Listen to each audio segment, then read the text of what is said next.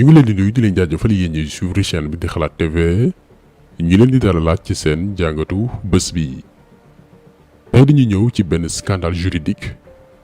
lu tax scandale juridique mooy réew daf ci am yoo xamante ni ay coowal mbedd la du lu sérieux ay kaf la fo reetaan toñante. noonee nag société sénégalaise bindoo mooy feeñ ci endroit yu ci mel ni Facebook YouTube ak mboolem réseaux sociaux yi. léegi nag en 2022 coowal bopp koñ yooyu nga xam ni bu demaan sax bëppi loxo chef de quartier yi wala chef de village yi ñoo ko doon réglé du sax yegg commissariat de police ndax ñooñu tal nañ jàpp sàcc ak agresseurs yi. tey moom la benn ci institution judiciaire yi gën a rëy ci réew baat boo xam ni boo ko déggaan da ngay tiit muy baatu procureur de la république. dossier bopp koñ yooyu la Amady Diouf nekk di traité tey di ci jàppalu ay innocent ak ay tuuma yu ridicule. actuellement ñaari victime yi mooy Ousmane Diagne di coordonnateur mafia kàcc-kàcc keneen ki di Papito Kara moom comédie médiatique lay def maanaam benn mbiram mu daldi koy revue de presse yokk ci benn dose d'humour pour reetaanloo ñu koy suivre te lii du lu bees Sénégal daan ci ñëw ak ay firnde. coow li mooy ay une journal l'Observateur yu benn page buñ naan l'Obs bañ na ko ba page boobu noonu tuddul l'Obs L'_OBS comme l'Observateur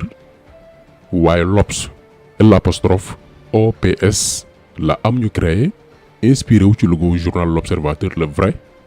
pour def le contraire que ñoom li ñuy def muy divertir ak wax lu du dëgg. ñoom ñu créé benn format numérique boo xamante ni dëgg rek la ñuy wax jalgati wu ñu yoon joxewuñu fausse information def ñu usurpation. page boobu noonu ba moment bi ñuy wax ak yéen mi ngi fonctionné ñu ngi wéy di publier kon loolu li muy signifié mooy Ousmane Diagne ak Papito Kara dañu leen teg loxo ci lu tegul fenn créé wuñu moomuñu page. li ñu def daañu leen ko leeral léegi ngeen comprendre fan la yoonu Sénégal toll ci bassesse maanaam suufil seen bopp bàyyi ay dossiers yu gën a am solo daañ ci revenir ci biir vidéo bi rawatina média bi nga xamante nii nee na moom la ñu tooñ la ñu def te dara fekkul leen ci dem nag di toppatoo ay coowal mbedd yoo xam ne du ñu avancé loo.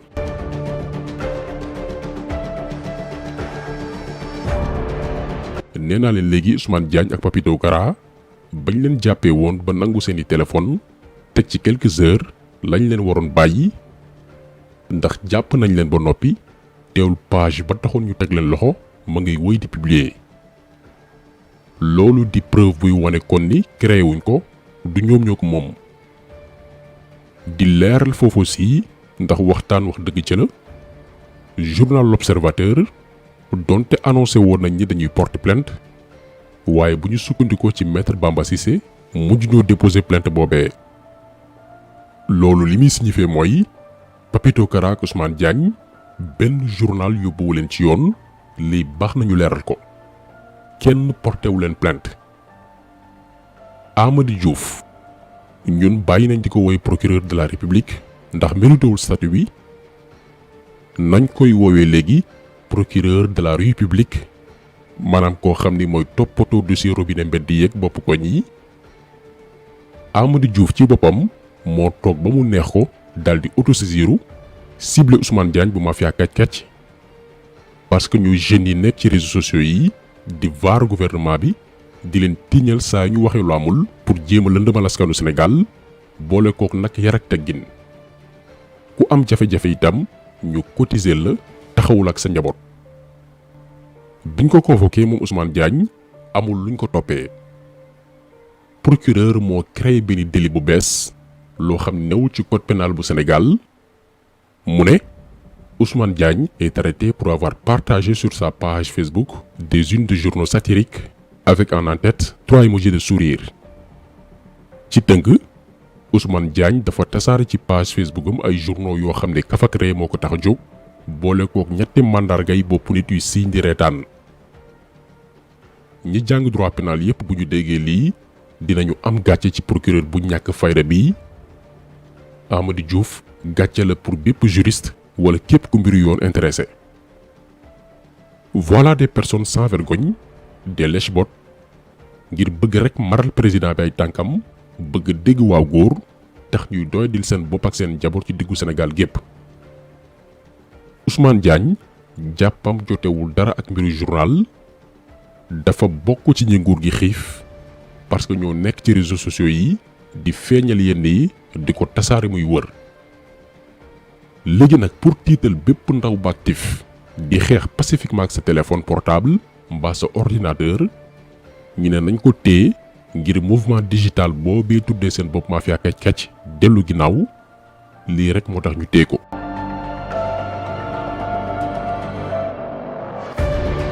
nga ñëw aussi ci Pape Ibra Gueye ñu gën koo xam ci Papito Kara,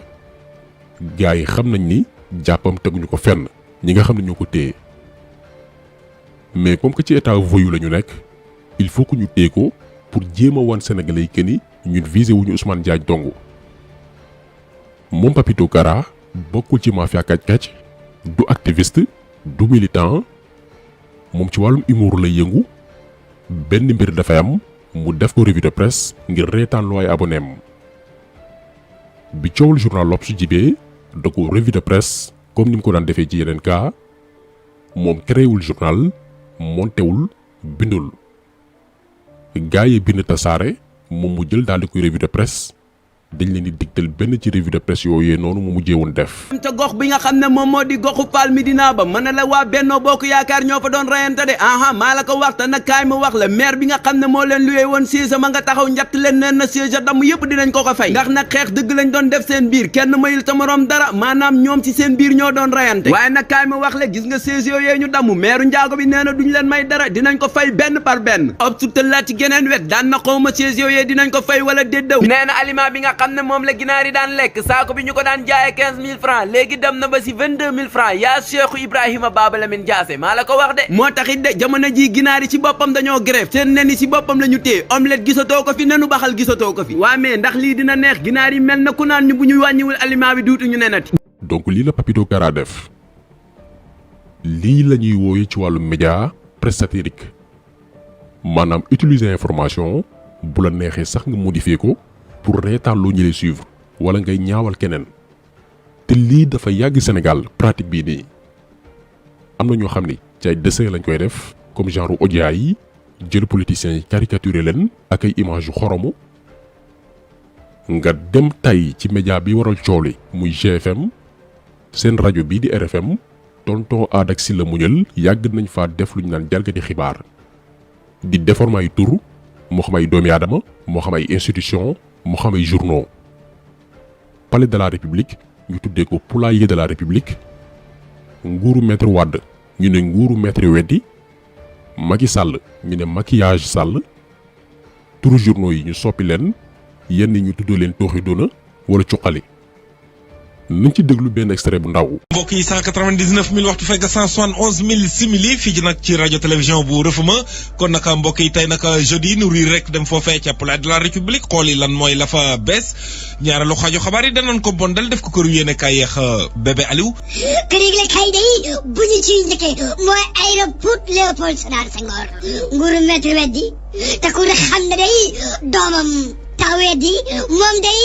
moo doon saytu loolu moo tax yéene kaay bi ne milliards yi ñu fa jële kenn xamul nu mu toll moo tax yéene kaay bi di tooxi doona ne xanaa dangaa yëgul ne xew gouvernement Macky Sall kaso boo dem ci réew mi ña ngay defaraat ay néeg ñu jeexale ci yéene kaay bi di cuqale waa ji day lañ doon dégg sens contraire dañ doon dégg góor guy maltraité jabaram waaye day waa ji moom ci boppam la jabaram di maltraité ba fu mu toll nii neen day fàq sa daw kër ga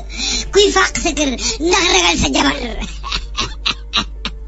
abajoro douloureuse lecture. voilà jërëjëf kon bébé Aliou on jaaraama. te pourtant lii ngeen di déglu nii ci média bi waxoon bërki démb ne dañuy porter plainte muy GFM donte mujj ñu koo def ñoo ko doon produire te kaaw tonton Aada ak Sylla Muñal musul poser problème parce que comédie la woon dañ ko classé woon ci benn genre bu ñu naan satire loo xam ne kaf ak ree moo ko tax a jóg dara newu ci. même chose la Papito Kara def ñu jaay ko doole nëbb ko jant bi ba noppi tuumal ko ndax ci dossier am dañ ne dafa joxe fausse information xibaar yu wérul te loolu amul li mu revue de presse yépp dëgg la ay information yu wóor la mënuñu la wax bii information bu baaxul la joxe ñaareel bi ñu ne dafa effacé ba noppi modifier journalu jàmbur loolu tamit musul am musul laal journal L'Observateur musul leen tudd deful benn modification ci seeni une donc moom cay sosaki nar lañ ko jàppee fii la yoonu Sénégal tollu dañ lay jàpp ba noppi dooro nag tàmbalee wër lan lañu war gàll sa loos en complicité ak ay jëm yu tekkiwul dara comme Amady Diouf Macky Sall genre yi lay wër dafay fekk ku jàng ba noppi mais muusul wala amul ay valeur soit nature kuy dunguru la yor wala kuy sibooru doomu aadama mu jox ko loo xam ne dafay rëy ci bëtam da koy jomb ba kookee ñeme naa jaay dignitéem tay la njabootam tay la ay waajuram mooy genre Amady Diouf yi classe gii nii ñooy tal réew ndax tànk ndombal tànk xaalis ak ay neexal mi ngi taxaw rek pare nañ pour jouer le sale boulot moo xam ñaawte fi lu mën a doon. et puis li prouvé que ni Amady Diouf mii si réewul groupe de presse bi tax muy tëb di dal naan day autosaisiru muy GFM lii ngeen di seen ay traces de piratage la yoo xam ne TFM moo ko doon def ci signal bu 2STV daan sàcc seeni fréquences yi leen doon permettre ñuy def direct ñoom TFM daan ko pirater pour mën di ci couvrir ay événements te duñu fay